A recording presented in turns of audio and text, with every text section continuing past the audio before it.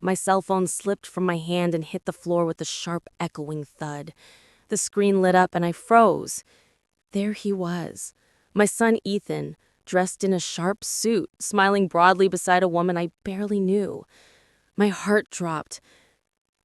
"Ethan, did you get married?" I whispered, my voice shaking. "Yeah, Mom, yesterday," he said casually. The street noises, cars, voices, footsteps filling the line, but none of the excitement I had imagined. "Wh- Why didn't you tell me? Why wasn't I invited?" My voice trembled with disbelief. "It was just a small thing, Mom. Only family." Only family? That phrase struck me like a hammer. Family? And I wasn't part of it. I stared at Ethan's frozen smile, understanding painfully that maybe I had become an afterthought in his life, a shadow he no longer needed. My chest tightened, and I deleted the photo, but in the sudden silence, a single question formed that I couldn't shake. What does a parent do when they are no longer family? My name is Margaret Lawson, and for 61 years I believed family was everything. I raised Ethan alone after his father passed away, working long hours, cleaning houses, sacrificing nights and weekends, saving every penny to give him the life I never had.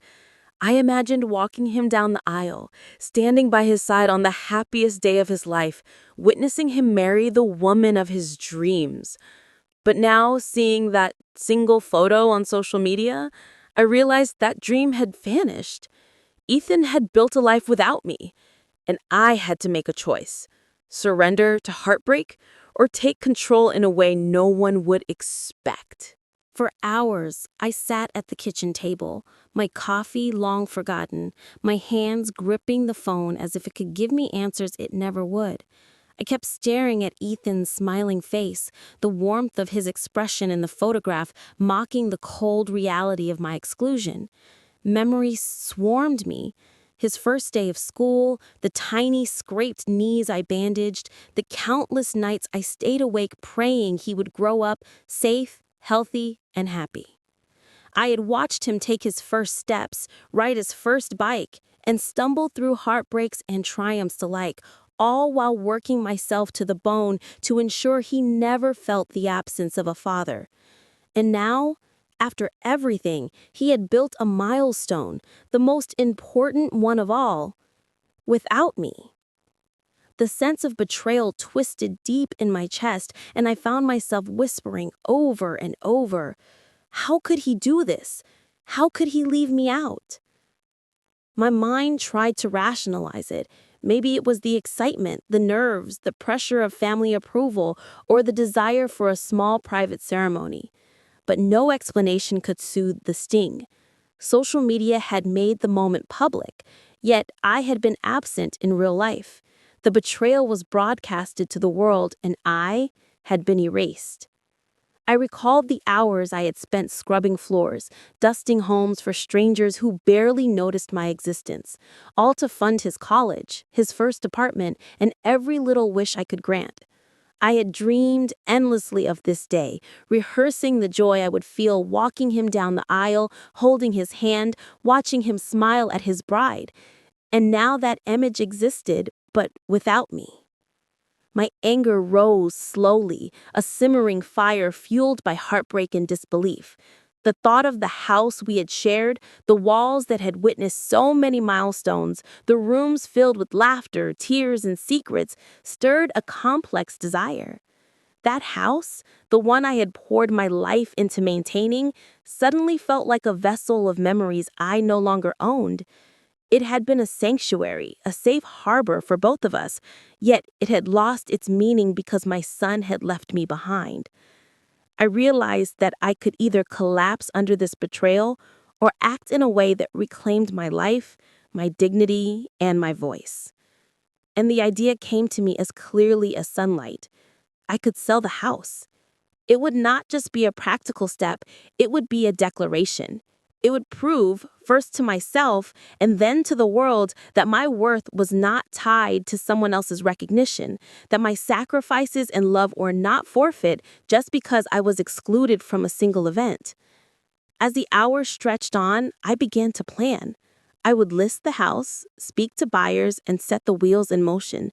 Each step of preparation felt like a reclaiming of myself, a way to channel my heartbreak into power. I pictured Ethan seeing the news, maybe realizing for the first time that I was no longer someone he could take for granted, that his choices carried consequences beyond his imagination. My emotions were a storm: grief, anger, disappointment, and a quiet thrill of revenge intermingled. The thought of losing my son in one moment of exclusion nearly broke me, but now it propelled me into action. I remembered the woman in the photograph, the bride, radiant and smiling, blissfully unaware of the storm her presence had stirred in my life. For a fleeting moment, I questioned myself. Was I overreacting? Was I letting my emotions get the better of me? But then another memory came. The countless nights I had stayed awake worrying about him, the days I had given up for him, the love I had poured into his life without hesitation. No, this was not overreaction. This was recognition of my worth. This was reclaiming my place in the world that had attempted to erase me.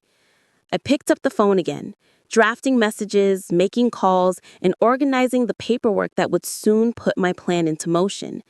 Each small action was a lifeline, a tether to sanity in a sea of emotional turmoil. And yet, amidst all the calculations and plans, my heart ached. I still loved my son, still wanted to see him happy, still longed for reconciliation. But love could no longer mean silence in the face of exclusion. I had to show him that my presence, my sacrifices, my devotion could not be ignored or discarded. Selling the house would be my voice. It would be the first act of a story that was far from over, a story of a parent standing tall, refusing to be sidelined, refusing to be invisible. And in that resolve, I felt something I hadn't in hours: clarity. The pain remained sharp and unyielding, but it was now intertwined with purpose. I would navigate the consequences, face the confrontations, and endure the backlash if it came, because the alternative, silence, invisibility, erasure, was no longer acceptable.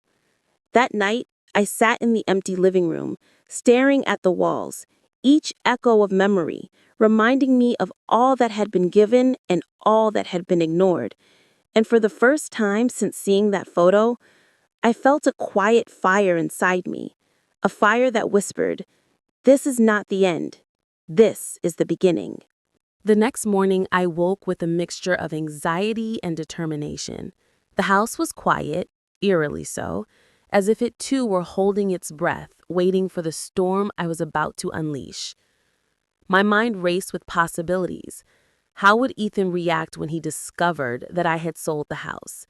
Would he understand my pain, or would he see it as an act of rebellion, a punishment? I reminded myself that this was not about revenge in the petty sense. It was about reclaiming my dignity, making a statement that the love, labor, and sacrifices of a parent could not simply be disregarded. I prepared myself for the day, though nothing could fully steel me for the emotional roller coaster I was about to endure. The first call I made was to a real estate agent I had trusted for years. Her calm, professional voice gave me a strange sense of control, a thread of stability in the whirlwind of emotions that churned within me. As we discussed listing prices, paperwork, and timelines, a sense of empowerment began to replace the helplessness I had felt since the photograph appeared on my phone. Each decision I made, each form I signed, felt like a reclaiming of the power I had lost when my son had excluded me from the most important moment of his life. Yet even amidst this empowerment, the pain remained. Memories of Daniel's childhood flooded back. The first time he called me Mom with the lilt of pride in his voice, the first scraped knee that I tended to with care and worry, the countless nights spent comforting him through nightmares and heartbreak. Every one of those memories collided with the image of him standing beside another woman, radiant and joyful, in a celebration from which I had been entirely absent. I thought about the long hours I had spent cleaning houses, scrubbing floors, and managing bills so that he could go to college, pursue his dreams, and have the life I always wanted him to have. I had imagined endlessly being the first to see him in his wedding suit, to hug him tight, to stand by his side as he began the next chapter of his life. That image, that fantasy, had been obliterated by a simple photograph on social media. Later that day, I called my sister, hoping for counsel, a voice of reason to guide me through the storm. "I can't believe he did this," I whispered, my voice breaking. My sister's response was gentle but firm. "You did everything for him. This isn't a reflection of your worth. It's a reflection of choices he made without understanding the consequences." Her words comforted me, yet they also stung. How could a son raised with so much love and care make such a choice without a second thought? The anger began to rise again, tempered now with resolve. By midday, I had contacted a few prospective buyers, walked through the house, and began imagining it empty, the memories packed away, the rooms cleared, the house no longer tied to my pain. And yet, as I moved through each space, each echo of laughter, each memory of a birthday celebration, I realized something profound. This act, selling the house, was not only practical, it was symbolic. It was my way of stating that life could move on, that a parent's love was not a bargaining chip, that exclusion did not erase the decades of devotion and sacrifice. I thought about Ethan again, imagining his reaction when he realized the house was sold. Would he finally understand that I was not to be overlooked? Would he recognize that love, no matter how deep, demands acknowledgement? The uncertainty was unbearable, yet intoxicating, a strange mix of fear and empowerment. That evening, I began packing some personal belongings I had stored in the house. Photographs, mementos, letters, and keepsakes that carried the essence of our life together. Each item I touched brought a rush of memories. Daniel learning to ride a bike, the science fair where he proudly displayed his project, the nights we stayed awake talking about his dreams. And yet, even as I packed, I realized that this was not about erasing him or the memories we had shared. It was about asserting that my life, my sacrifices, and my existence were not dispensable. The phone buzzed again that evening. It was a text from Ethan, a casual, almost oblivious message asking if I had seen the photos. I froze, staring at the screen, my emotions teetering between anger, sorrow, and disbelief. I typed back carefully, choosing my words with precision. "Yes, I saw them. Congratulations. You made your choice, and I made mine." I hit send, a tremor running through my fingers, and I felt a strange sense of liberation. The house, the memories, the sacrifices. It was time for all of it to be recognized on my terms. And as I closed the front door that night, standing alone in the quiet house that had been the backdrop to a lifetime of love, I realized something else. This was only the beginning. The real story, the confrontation, the reckoning, the understanding or fallout was yet to come. But for the first time since that fateful photograph, I felt the spark of control, the knowledge that I was no longer just a passive observer in my life. I was an actor, a force, a mother who had loved fiercely, sacrificed endlessly, and would no longer allow herself to be invisible. The journey ahead would be difficult, unpredictable, and emotionally charged, but I was ready. Ready to face the consequences, ready to reclaim my dignity, and ready to show my son that family, respect, and love were not to be taken for granted. I had anticipated but could never fully prepare for. My phone rang continuously, each vibration a reminder that the quiet equilibrium I had tried to build was about to shatter. It was Ethan. I hesitated before answering, my hands trembling, my chest tight with a mixture of anger, hurt, and anticipation. When I finally picked up, his voice sounded anxious, slightly defensive, a stark contrast to the casual indifference I had heard the first time we spoke after seeing the wedding photos. "Mom, we need to talk," he said, and I could hear the tension in his voice. I stayed silent, letting him continue, observing him through the lens of the words he spoke, trying to understand how the boy I had raised with so much love could have left me out of the most important day of his life. I didn't mean to hurt you," he stammered. "It just happened so fast, and I didn't think—" His words faltered as though he was struggling to find the right way to justify a choice that had broken me. I took a deep breath, forcing myself to speak calmly, though inside I was a hurricane of emotion. "Daniel, it wasn't just a small thing. This was your wedding, the moment I imagined for years, and I wasn't even invited. I wasn't even told. You built a life without me knowing, and it hurt. Deeply. I trusted you, I sacrificed for you, and this is how I find out about one of the biggest moments of your life? From a photograph on the internet?" There was silence on the other end of the line. I could hear him struggling, shifting, the uncertainty palpable even through the phone. I didn't know how to tell you. I thought it would be easier this way," he said, finally, voice low, almost ashamed. "Easier? For you, maybe, but it destroyed me, Ethan. Do you even realize what it feels like to be erased from your own child's life, the life you built for them?" I paused, letting the weight of my words sink in. I could feel the fire inside me, the same fire that had driven me to sell the house, to reclaim my autonomy, to make my voice heard. You see, I acted. I sold the house, Ethan. Every room, every memory, every corner where we laughed, cried, and lived, it's gone. And this isn't revenge. It's not punishment. It's recognition. Recognition that a mother's love, her sacrifices, cannot simply be ignored. I heard him gasp on the line, the sound a mixture of shock, disbelief, and dawning realization. "Mom, you sold it? Why?" His voice cracked. I let the pause stretch, feeling the power of the moment, the consequence of choices made without consideration.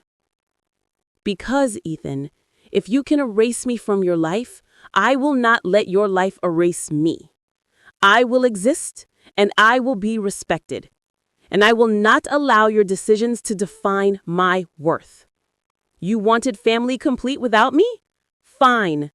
But my life, my dignity, and my sacrifices are mine to honor, and that is what I did." The line was silent for a long time, and I could sense his internal struggle, the clash between love and guilt, between ignorance and understanding. Finally, he spoke, his voice almost a whisper. I didn't realize. I never meant to hurt you." Intentions matter less than actions, Ethan. Actions are what define relationships. Your choices made me invisible. Selling the house is me reclaiming my visibility, my value, and my voice. And as I hung up the phone, a strange calm washed over me, mingled with the pain that still lingered. I walked through the empty rooms of the house one last time, touching the counters, the walls, the spaces that had been filled with decades of memories. Each echo of laughter, each shadow of past joy, each whisper of love seemed to acknowledge the decision I had made, the boundaries I had set, and the strength I had claimed. I realized that this confrontation was not the end. It was the beginning of a new chapter, one in which I was no longer at the mercy of others' decisions, one in which I could define my role and my worth. The storm had passed, leaving in its wake clarity, resilience, and a newfound determination. I would endure, I would heal, and I would continue to love, but I would do so on my terms. And in that understanding, I found something even more powerful. The realization that sometimes the greatest acts of love are those that honor yourself, your dignity, and your life, even in the face of betrayal, exclusion, and heartbreak. A few days later, the inevitable confrontation arrived. I was sitting at the kitchen table, organizing some of the final paperwork related to the house sale, when I heard the sound of the front door opening. My heart raced, a mixture of dread and anticipation coursing through me. Ethan had arrived. Unannounced, his expression a blend of anger, guilt, and confusion. I rose slowly, meeting his eyes, and for a moment, the room was filled with silence. He looked around, taking in the empty space, the absence of furniture and familiar belongings, and his face changed. "Mom, you actually sold it?" His voice trembled, and I could hear the disbelief underlying every syllable. I nodded, steady and calm, forcing myself to maintain the composure I had built over the past week. "Yes, Ethan, I sold it. Every room, every corner, every memory that belonged to us is gone. Not to punish you, but to remind you that actions have consequences, and that exclusion is not without impact." He ran a hand through his hair, pacing slightly, trying to find words. I I didn't think it would matter this much. I just I thought it would be easier to handle this quietly. I didn't think about you. I didn't think about how it would feel." His words were a mixture of apology and defensiveness, as though he was struggling to bridge the gap between his intentions and the damage done. I took a deep breath, my hands resting on the edge of the table. "Ethan, this is not about punishment. This is about understanding the value of presence, of family, and of acknowledgement. You cannot erase someone who has loved you unconditionally for decades and expect life to remain the same."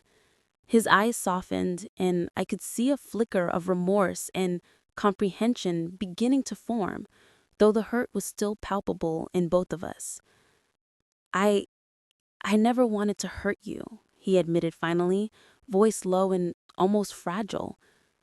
I just, I didn't know how to do it differently. I didn't know how to include you without making it complicated." I shook my head slowly. "It's never about complexity, Ethan. It's about love, communication, and respect. You left me out because you underestimated the weight of your choices. You underestimated the depth of a mother's heart." He sank into a chair, his hands clasped tightly together, as though trying to gather the courage to face what he had done. I, I know I messed up. I should have told you, invited you, and included you. I see that now. I just, I got caught up in everything else, and I didn't think." His voice trailed off, choked with emotion. I looked at him, my own eyes stinging with unshed tears, and yet, amidst the hurt, there was a strange sense of pride. This was my son, finally realizing the gravity of his actions, confronting his mistakes. But the house sale, the empty rooms, the tangible absence of our shared past had already spoken louder than words could. "Ethan," I said softly, yet firmly, "the house is gone. That chapter of our lives has been closed.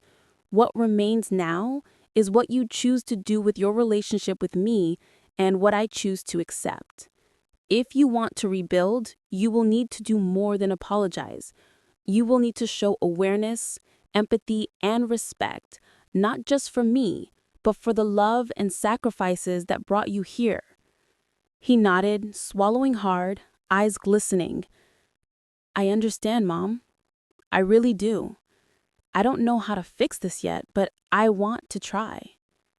His sincerity was raw, unpolished, and yet it carried the weight of someone finally beginning to see the consequences of their choices. For the first time since that photograph appeared, I felt a fragile thread of hope, a possibility that our relationship could be mended, albeit differently than I had imagined. The afternoon stretched into evening, the tension gradually giving way to quiet conversation, tentative yet real. We talked about the wedding, the decisions that had led to this point, and the emotions that we had both carried in silence. I realized that while the house was gone, the foundation of love, though shaken, still existed between us. And yet, the experience had changed us irreversibly. It had introduced boundaries, awareness, and a newfound understanding of respect, autonomy, and the impact of exclusion. By the time Ethan left that evening, I felt a mixture of relief, exhaustion, and cautious optimism. The confrontation had been painful, exposing raw emotions and past grievances, but it had also created space for healing and dialogue.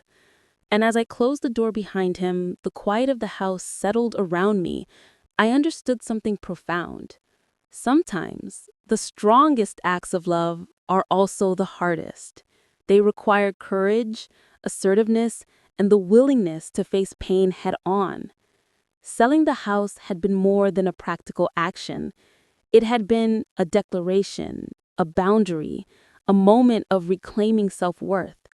And now, with the confrontation behind us, the path ahead was uncertain, but it was ours to navigate. A parent's love is enduring, but it is not blind to exclusion or neglect. It demands recognition, respect, and understanding. And through this experience, I realized that while life can bring unexpected betrayals, the strength to face them, assert boundaries, and protect one's dignity is what truly defines the depth and resilience of a parent's heart. The days following our confrontation were heavy with unspoken tension. Ethan didn't call as often, and when he did, his voice carried a cautious tone, tentative, as though stepping carefully on fragile ground. I felt a mixture of relief and frustration.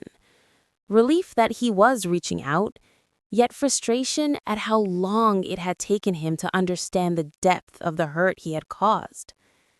The absence of the house echoed in my daily life, a constant reminder of both loss and empowerment. Every time I walked through the empty rooms, I felt a strange sense of liberation, tempered by nostalgia. I thought about the memories that had been contained in those walls, the birthdays, the late-night talks, the quiet mornings spent together. And I realized that while the physical space was gone, the emotional imprint of our bond remained. And yet that bond needed to be redefined. One afternoon, Ethan arrived at my door, unannounced again, but this time with a sense of purpose. I opened the door and he stood there, hesitant, holding a small box. Inside were photographs, letters, and keepsakes, moments he had saved over the years that I had thought were long forgotten. "Mom, I know I can't undo what happened," he said, his voice breaking. "But I want you to know that I see you, I remember everything, and I don't want us to be estranged." I felt my throat tighten, the raw mixture of anger, love, and vulnerability coiling inside me. This was the first tangible acknowledgement of his awareness, the first real step toward rebuilding a bridge that had been fractured. I invited him in, and we sat in the living room, the empty space around us now filled with emotion instead of furniture. We spoke for hours, about the wedding, about my feelings of exclusion, about his intentions, and about the lessons we had both learned. I realized that Ethan had begun to understand that love without communication and acknowledgement can hurt more than absence itself. And yet the process of reconciliation was not smooth. Moments of defensiveness, old grievances, and emotional triggers surfaced repeatedly, reminding us both that this was a journey, not a single event. He recounted memories of our shared life, apologizing for each oversight, each time he had taken my presence for granted. And with each apology, I felt a mixture of relief and lingering hurt. Trust, once shaken, is not easily rebuilt. And even as I listened, I knew that my boundaries had shifted. I would love him, as always, but I would no longer allow invisibility or disregard. That evening, after he left, I walked through the empty rooms once more, reflecting on the lessons embedded in this painful experience. I realized that life is unpredictable, that loved ones can hurt without malice, but that standing up for oneself, asserting boundaries, and reclaiming dignity are acts of courage that define the depth of character. Selling the house had been a symbolic act, yes, but it was also a practical one. It gave me control over a part of my life that had been used as collateral in my son's thoughtlessness. And it reminded Ethan, in a way words alone could not, that actions carry consequences, that love requires acknowledgement, and that a parent's sacrifices are not to be dismissed. I felt a strange mix of hope and melancholy. Hope, because Ethan was beginning to see and understand. Melancholy because the path ahead was uncertain, the healing gradual, and the relationship forever changed by the events of the past weeks. I knew that our bond would never return to the innocence of the past, but it could evolve into something stronger, rooted in awareness, respect, and mutual recognition. In the quiet of that night, as the house sat empty around me, I felt a profound sense of clarity. I understood that the decisions we make, both in love and in life, carry weight far beyond the immediate moment. I realized that exclusion and oversight can cut deeper than any betrayal, but that acknowledgement, accountability, and intentional action can begin the process of healing. And I understood that while the house was gone, the foundation of our relationship, though shaken, remained resilient. That night, as I prepared for bed, I glanced at the small box Ethan had left behind, the memories he had chosen to share, and I smiled softly, a quiet acknowledgement that though the road ahead was fraught with challenges, there was still room for reconciliation, growth, and the rekindling of trust. And as sleep finally claimed me, I felt the weight of the past weeks settle, replaced by a cautious but genuine hope that our story, though scarred, could continue, and that the love between a mother and son, though tested, could endure the trials of exclusion, misunderstanding, and the inevitable complexities of life. Weeks passed and life settled into a fragile rhythm, though the tension between Ethan and me lingered beneath the surface like a quietly simmering storm. The emptiness of the house had grown familiar, yet each room reminded me of what had been lost. Not just furniture and belongings, but the sense of inclusion I had once taken for granted. Then, one afternoon, the unexpected happened. I received a message from one of Ethan's in-laws inviting me to dinner.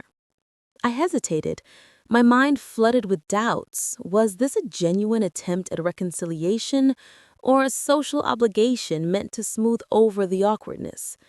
The thought of facing the bride, Emma, and her parents made my stomach churn, but a small part of me recognized that this could be an opportunity to establish boundaries, to assert my role, and perhaps even to reclaim some connection with my son on my own terms.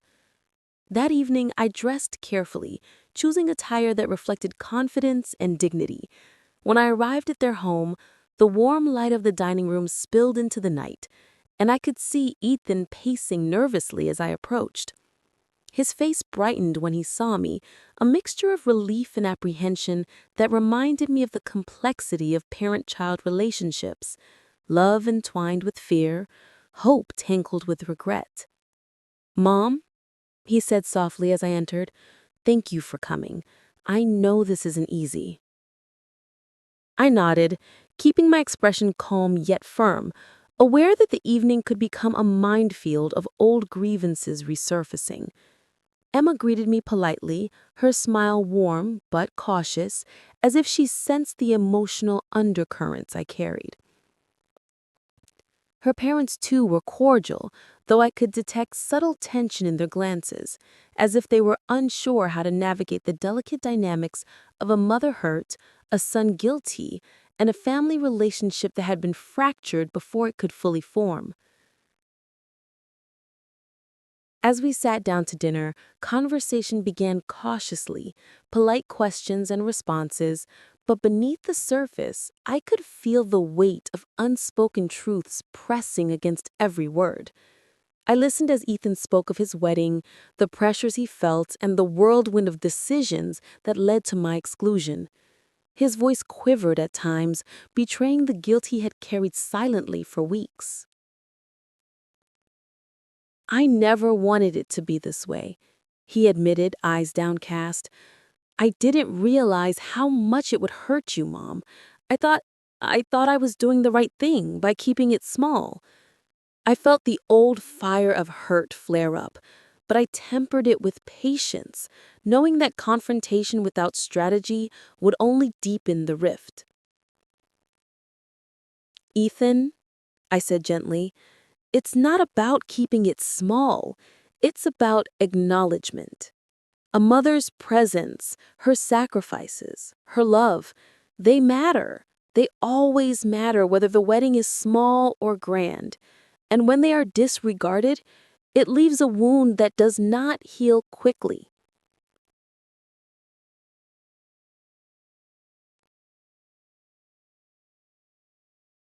Emma nodded, her eyes softening as she realized the gravity of what had transpired. Her presence, though kind, could not erase the impact of my exclusion, but it reminded me that reconciliation required openness from all sides. The conversation turned to other matters, work, life updates, family news, but the undercurrent of tension remained, a subtle reminder that the events of the past weeks could not be simply forgotten. After dinner, Ethan and I stayed behind, while the others left. The quiet of the empty dining room allowed space for honesty. He approached me, hesitating, then reached for my hand.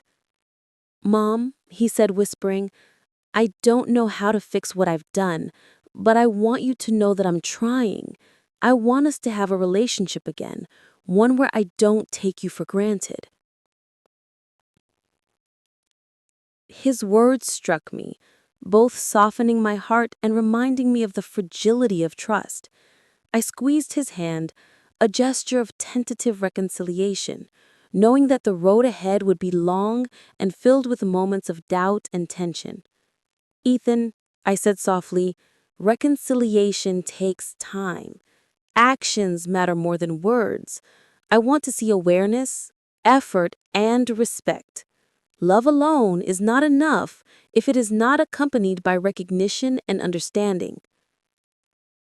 He nodded, eyes glistening, and I could see the sincerity there, the first real step toward repairing what had been fractured. That night I returned home. The quiet of my own space allowed me to reflect on the events. I realized that while the confrontation and the dinner had been emotionally draining, they had also illuminated a path forward.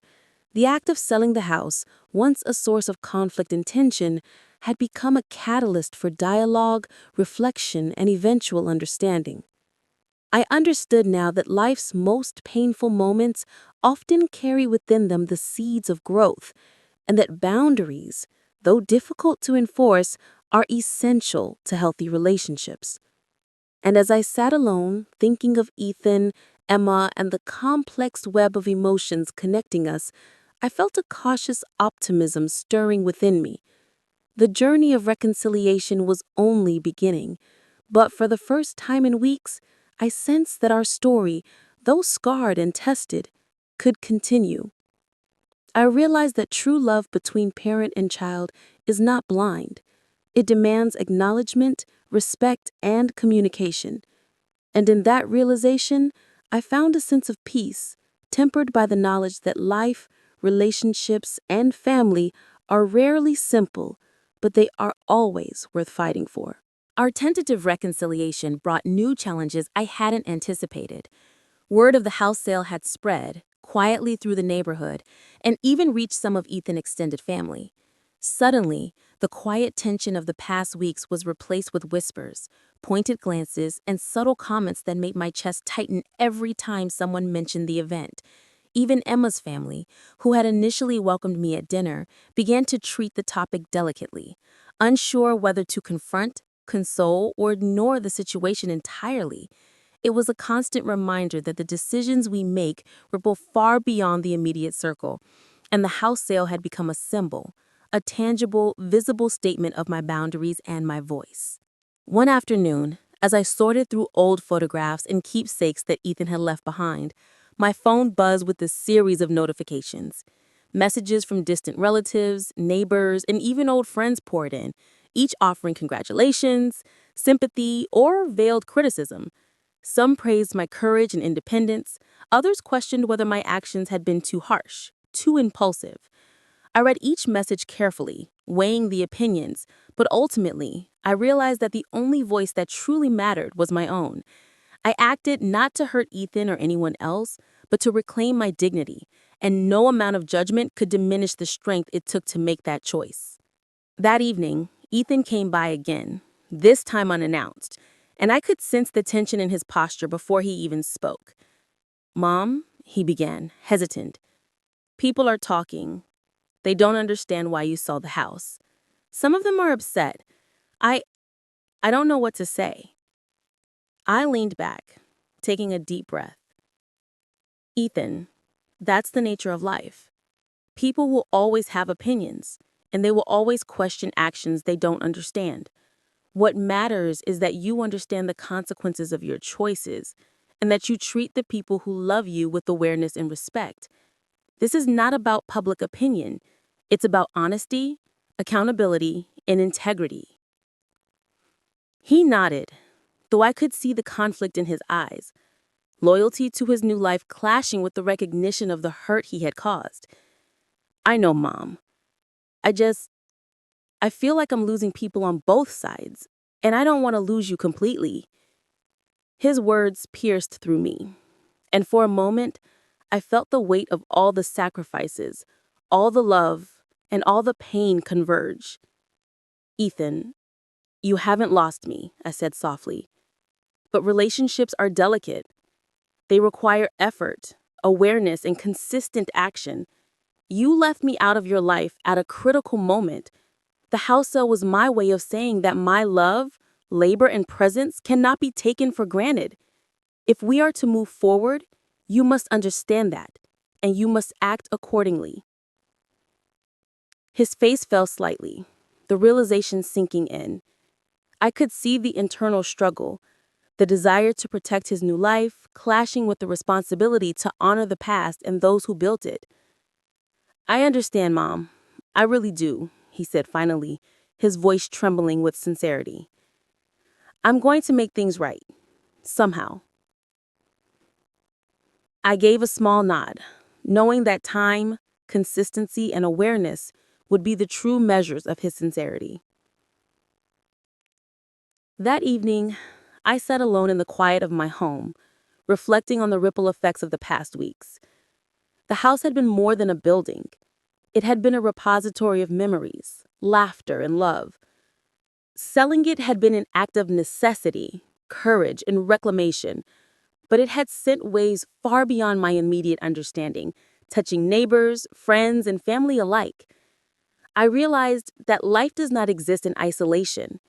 Every choice carries consequences, and every action is amplified in the intricate web of relationships. Yet, despite the whispers, judgments, and emotional turmoil, I felt a sense of empowerment I had never experienced before. I had faced betrayal, exclusion, and heartbreak, and I had acted with purpose, asserting my boundaries and reclaiming my voice. I understood that this was not the end of the story. It was merely a new chapter, one that required courage, patience, and unwavering self-respect. And as I prepared for bed that night, I glanced at the empty rooms of the house, each corner reminder of the past and a promise of the future. The journey ahead would be filled with challenges, confrontations, and moments of uncertainty. But I was ready. ready to face criticism, ready to face difficult conversations, and ready to navigate the complexities of family, love, and loyalty. The house may have been gone, but the lessons it had taught me, the strength that it helped me discover, and the clarity it had provided would remain with me forever. I understood that sometimes the most powerful acts of love are also the hardest. They require courage, resilience, and the willingness to confront pain head on. And in that quiet night, as the world outside continued unaware of the storm that had passed within these walls, I felt a quiet but resolute certainty. I had reclaimed my voice, my dignity, and my place in my own life, and no photograph, wedding, or social expectation could ever take that away. It wasn't long before the ripples of my decisions reached beyond the confines of our immediate family.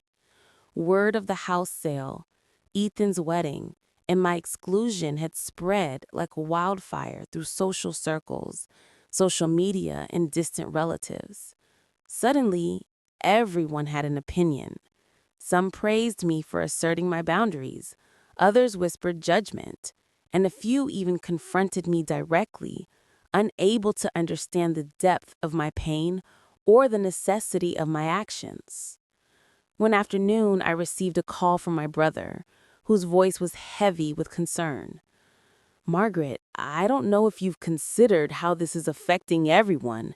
Ethan, Emma, and even the extended family.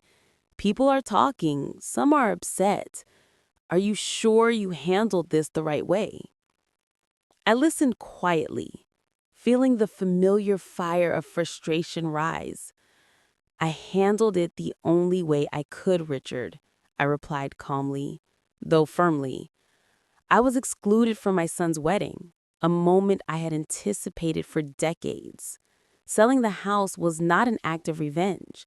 It was an act of reclaiming my dignity, asserting my worth, and ensuring that my sacrifices were recognized. If people can't understand that, it's their lack of perspective, not a reflection of my choices. The conversation ended with no resolution, only a lingering reminder that my actions had consequences far beyond my own understanding.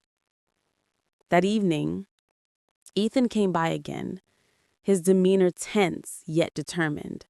I could sense the weight of the whispers, the glances, and the judgments he had been receiving from extended family and friends.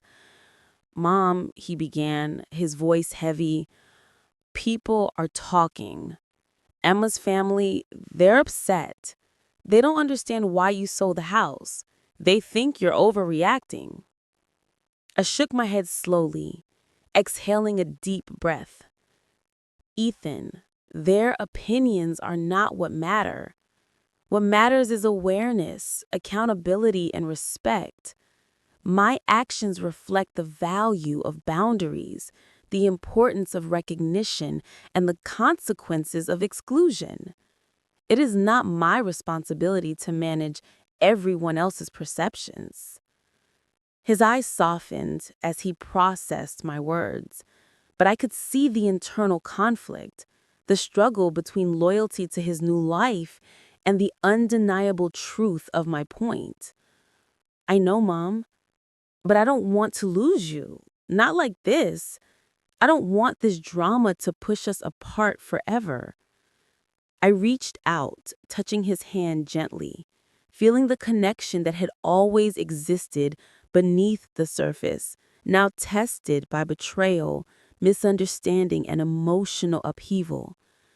"Ethan," I said softly, "we are not lost, but the path forward requires honesty, effort, and understanding. I cannot erase the hurt, nor would I want to. That hurt is a reflection of reality, of boundaries crossed and lessons learned. But we can rebuild, slowly, if you are willing to see, feel, and act with awareness." He nodded, a mixture of relief and determination in his expression. That night, I reflected on the whirlwind of events, the exclusion from the wedding, the viral photograph, the decision to sell the house, the confrontations, and the ripple effects through family and social circles. I realized that while the pain had been immense, it had also been transformative. It had forced honesty, dialogue, and reflection, bringing truths to light that might otherwise have remained buried under the veneer of politeness or avoidance. I also realized the stakes of visibility and acknowledgement. Love, sacrifice, and loyalty matter, but without recognition, they can be diminished, overlooked, or forgotten. By standing firm, I had not only reclaimed my own voice, but it also forced others to confront the consequences of their choices. Days later, a subtle shift began to take place. Extended family members who had initially whispered criticisms or passed judgment began reaching out, not in anger, but in curiosity and a desire to understand. They asked questions, listened to my story, and slowly began to see the necessity and integrity behind my actions. Ethan, too, began showing subtle changes in behavior, more frequent calls, genuine attempts to engage, and a growing awareness of the weight of his previous decisions. One evening, as I prepared dinner, Ethan sat across from me, nervously adjusting his sleeve. "Mom," he began, voice trembling slightly, "I want to do something meaningful, something to show that I understand and that I value you. I want to honor what you've done, and I want to make sure this doesn't define our relationship forever." I looked at him, my heart softening but cautious. Actions matter more than words, Ethan. Meaningful gestures must be accompanied by consistency, awareness, and respect. That is how trust is rebuilt. He nodded, and for the first time I sensed a genuine willingness to bridge the gap between mistakes and reconciliation. And as the night fell, the quiet of the house surrounding me, I realized something profound. The act of selling the house, the confrontations, the viral whispers, and the emotional upheaval, all of it had led to a moment of clarity and growth. Relationships, particularly between parent and child, are rarely straightforward. They are tested, strained, and sometimes fractured. But honesty, boundaries, and recognition can create paths to understanding, reconciliation, and mutual respect. I understood that the journey ahead would still be filled with challenges, that healing would require patience and courage, and that public perception would continue to ripple through our lives. But I also understood that I had taken the first step, an act of courage, clarity, and dignity that no photograph, wedding, or social expectation could undo. And in that realization, I felt a quiet strength settle over me, a steady acknowledgement that though life may test, betray, and challenge, a mother's heart guided by awareness and self-respect is resilient, unyielding, and capable of navigating even the most painful of storms. The morning after the long, emotionally charged weeks felt different. The air was crisp, carrying a sense of anticipation I couldn't quite explain. I walked through the quiet streets near my home, reflecting on the journey that had begun with a single photograph and escalated into a storm that had tested every facet of my relationship with Ethan. The weight of the past, the hurt, the exclusion, the house, the confrontation was still there, but it no longer felt crushing. It felt like a foundation, a platform on which the future could be rebuilt, cautiously but intentionally. When I returned home, I found Ethan waiting, holding a small package. His expression was a mixture of nervousness and hope. "Mom," he began, voice steady but trembling slightly, I want to make this right, not just with words, but with action. I know it won't undo the hurt, and I know I can't erase the past, but I want to show you that I understand, that I value you, and that we want us to move forward together. I took the package from him and opened it carefully. Inside was a beautifully bound photo album, filled with moments from his life that he had preserved. Some I remembered vividly, others I had long forgotten.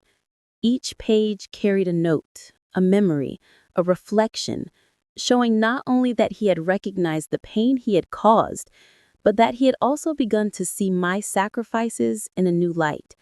Tears pricked my eyes as I flipped through the pages, each one a testament to a son beginning to understand the depth of a mother's love and the consequences of exclusion. "Ethan," I said softly, "this means more than words can express. But remember, reconciliation is not a single act. It is a continuous choice. Love requires recognition, respect, and understanding. This is a start, but the journey continues." He nodded, eyes glistening. "I know, Mom. I'm ready to do whatever it takes. I don't want to lose you, and I want to prove that I can be the son you deserve." That day, we spent hours together, revisiting old memories, sharing stories, and planning for the future. It was not perfect. Moments of tension still arose, moments where the past hurt bubbled to the surface. But each time, we confronted it, spoke honestly, and acknowledged each other's feelings. Slowly, the fragile threads of trust began weaving into something stronger, more resilient, more honest. Later that week, we invited a few close family members over, not to celebrate the past or the house, but to recognize the journey we had undertaken. Conversations flowed, some awkward, some tender, but each carried a new awareness and respect. Even Emma, who had once been a distant observer in this story, now participated genuinely, offering support and understanding rather than judgment. I realized then that the act of selling the house, which had once seemed a rupture, had become a catalyst for transformation.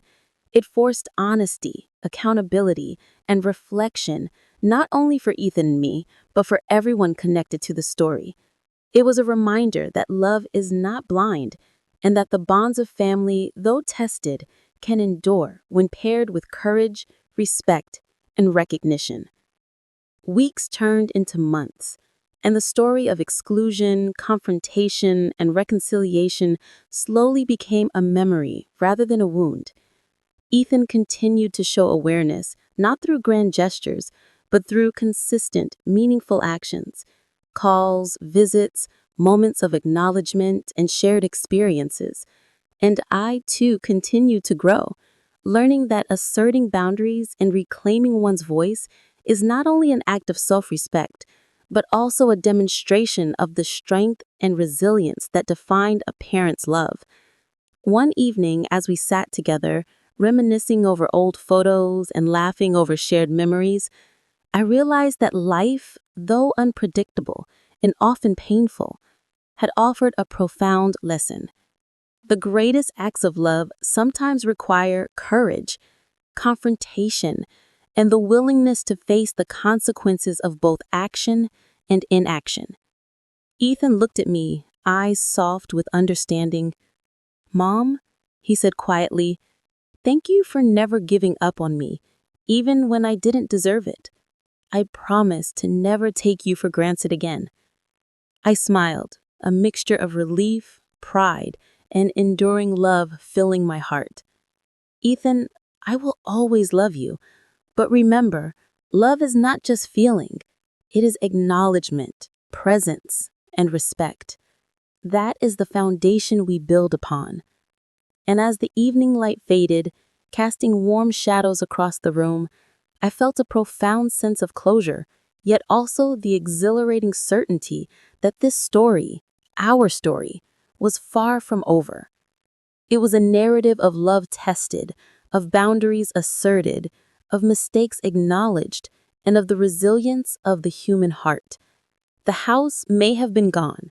The photograph may have shattered illusions, and the weeks may have been filled with tension, pain, and uncertainty. But what remained was far stronger, a bond tempered by truth, courage, and the enduring power of family, proving that even the deepest wounds can become the foundation for growth, understanding, and a love that endures beyond betrayal and exclusion.